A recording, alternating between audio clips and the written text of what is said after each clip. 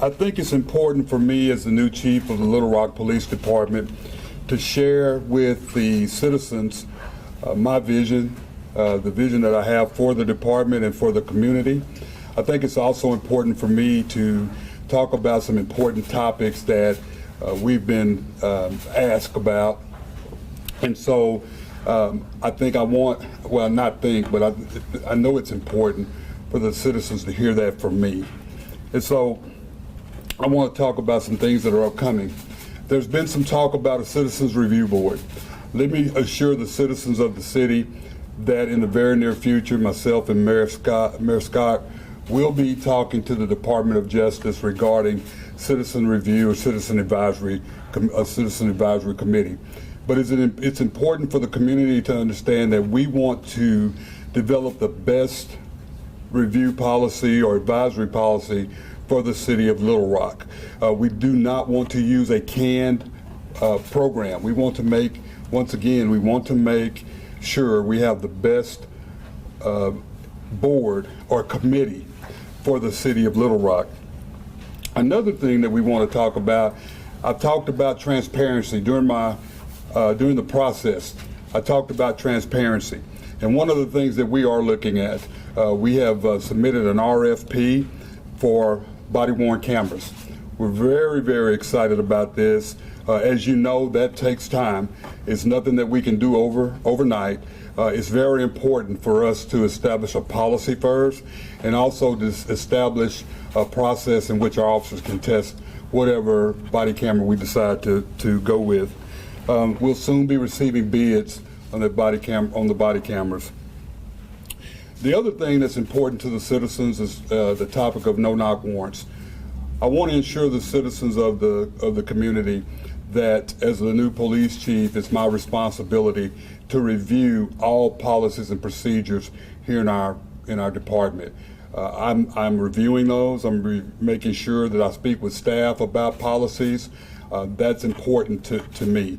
That's what makes your department credible. So we are looking at that. That's a topic and many other topics. Also, I'd like to express my sympathy and condolences to the Blackshire family. I also would like to extend my condolences or my heartfelt, my heart goes out to Officer Starks and his family. When you have an event of this nature, it's tragic on both sides. We understand that the family is hurting. We totally understand that. And keep in mind that Officer Stark's family is also hurting. Not trying to compare the two, by no means will I ever do that. But I think that we have to think about both families. I will continue to talk about transparency. Here at the Little Rock Police Department, we understand what's the importance of allowing our community to know that we have nothing to hide. I do want to talk about the investigation that's ongoing regarding the Blackshire incident. What you have to understand is that there are two investigations going on and they run concurrently. There's an administrative investigation that's conducted by our Internal Affairs Department, and there's a criminal investigation that's being conducted by the District Attorney's Office, Prosecuting Attorney's Office. We have no control over the length of the investigation, of the criminal investigation. Both are ongoing. I spoke with the prosecuting attorney yesterday, and he assured me that the case is being reviewed. I can assure the citizens of Little Rock that the internal investigation is also continually being reviewed. So I wanted to make that clear that there's two separate investigations going. A lot of times citizens don't understand the difference. There's an administrative process and there's a criminal process. So they do run concurrently. And so the criminal process, the administrative process focuses on the possible policy violations, whether or not policy was violated, whether or not standard operating procedures were violated. So I just wanted to clarify that. It is frustrating. The length of the investigations are frustrating, but But I would ask the citizens to be patient because we want to be consistent. There's a consistent process that we follow, and there's a consistent process that the prosecuting attorney follows. We want to make sure that everyone receives due process. So it is a very frustrating process. I totally understand that. But it's not going to be a process that's going to be handled overnight. I can assure you when the final outcome, you will understand why these type of processes take so long. So I just want the citizens to be patient with us. The other thing is that we really respect the rights of our citizens to protest, to exercise their First Amendment right. We respect that as the Little Rock Police Department. That's very important that we do not interfere with individuals' rights. However, you know, and add on to that, we do respect, we understand there's going to be civil disobedience. However, we don't want civil unrest. We want all First Amendment protests to be peaceful. That's the main thing that I want to emphasize here. We want any protest, all civil expressions of the First Amendment, we want them to be civil. We understand there's going to be some civil disobedience. We understand that. But however, we want it to be peaceful. That's important. Peace. Because we don't want anyone to we don't want to see any property damage. We don't want to see anybody injured. And I think that the citizens that I spoke with directly earlier this week, there's no indication that they had planned any civil disobedience or if they had planned anything other than a peaceful protest. And we would ask them to continue to exercise their First Amendment rights in a civil way. But I think the main thing is that I want the citizens to know everything that I said we were going to do here in the Little Rock Police Department. We are going to fulfill those promises. We are going to be transparent.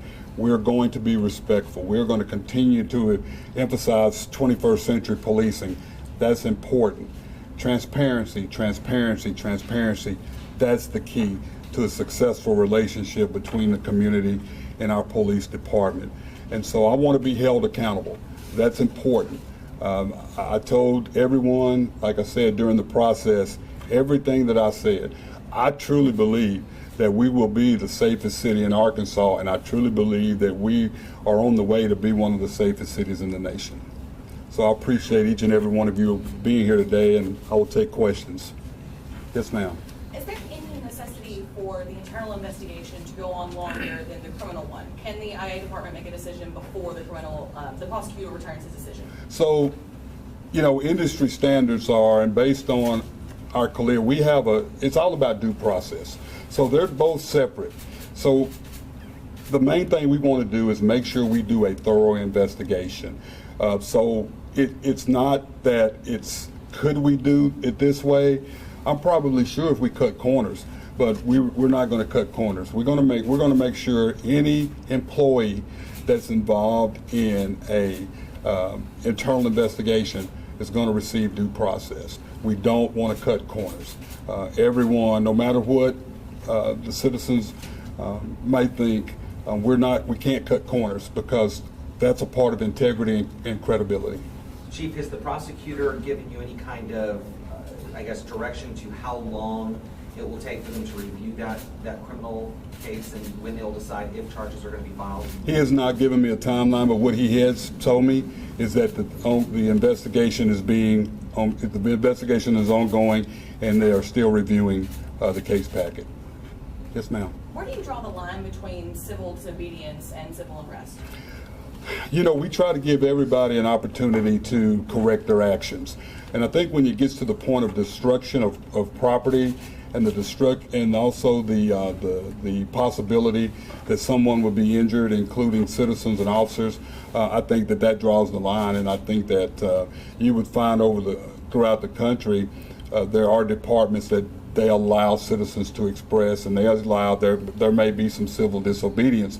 And you try to give the individuals the opportunity to correct that themselves. But at some point, we have to take some form of action. Yes, ma'am. Looking at reviewing policies, investigating complaints, how will policy review be conducted, and how will you investigate complaints from the department? Well, I think the process that we have, I've reviewed that. I'm comfortable with the process we have as far as reviewing internal investigations. Policy is something that I'm reviewing every day. In order for me to be an effective chief, I have to know the policies.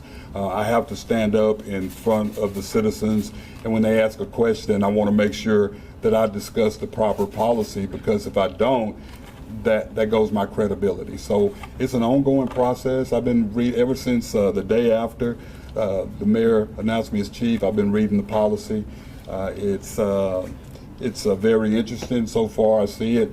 Keep in mind, we're CALEA accredited, so we follow industry standards. In order for us to be reaccredited, our policy has to be very tight and easy for officers to understand, and we have to make sure that we continue to follow those guidelines. And we're going to continue to be CALEA accredited. That is, keep in mind, less than 10% of the departments in the nation are CALEA accredited, so we're one of those fortunate departments that are.